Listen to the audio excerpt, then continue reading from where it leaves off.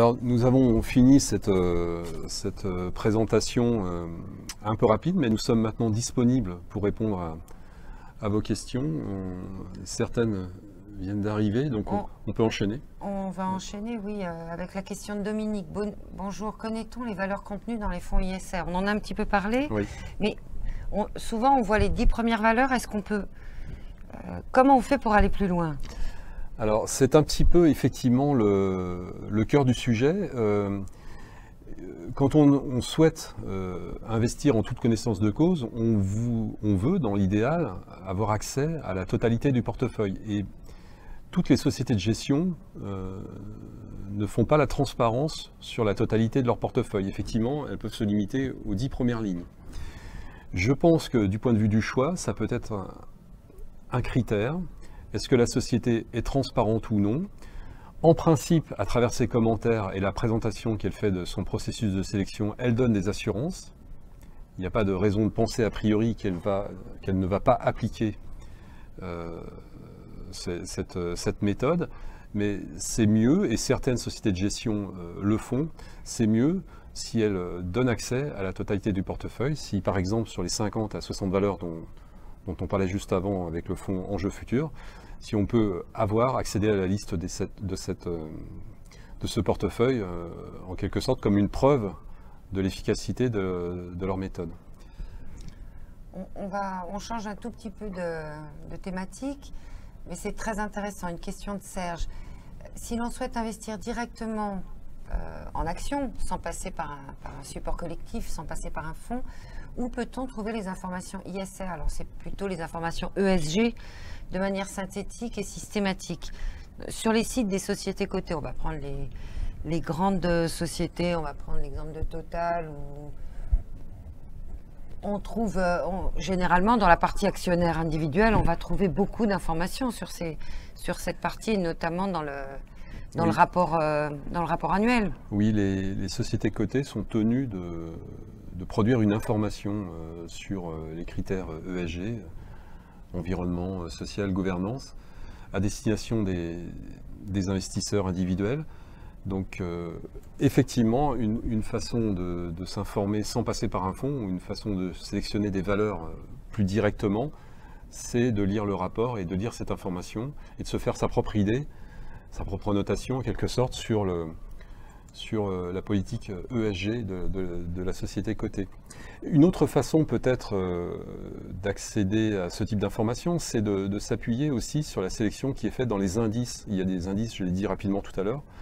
Oui. Des indices existent maintenant, qui sont des indices ISR, sur lesquels peuvent s'appuyer les sociétés de gestion comme référence, lorsqu'ils constituent un portefeuille.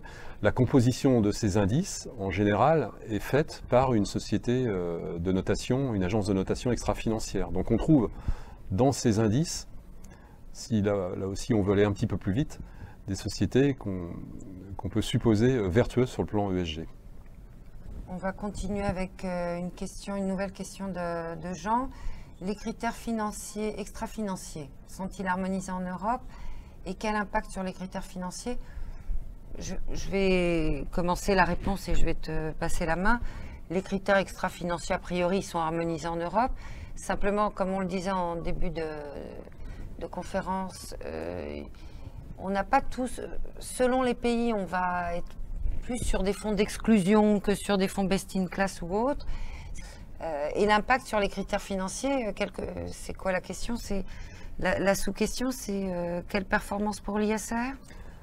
Alors, je vais compléter cette réponse.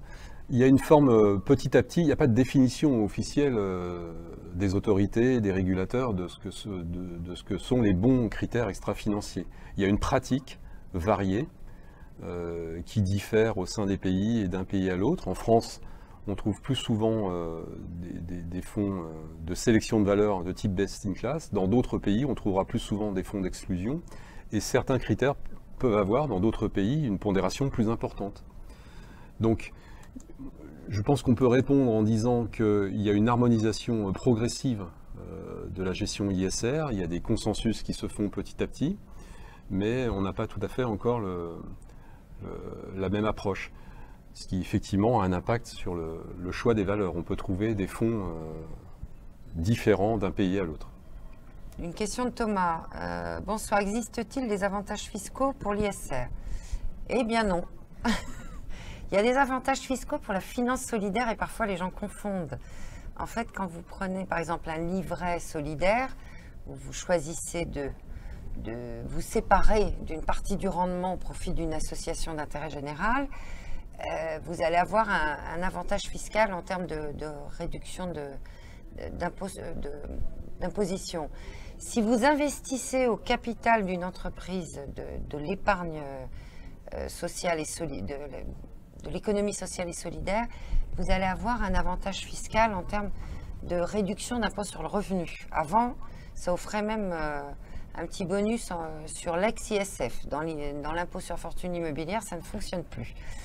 Mais sur l'ISR, il n'y a aucun avantage spécifique, sauf de vous dire que vous allez donner du sens à vos placements et que vous espérez, parce que c'est ça aussi la différence par rapport à l'épargne solidaire, vous espérez avoir des placements propres mais performants.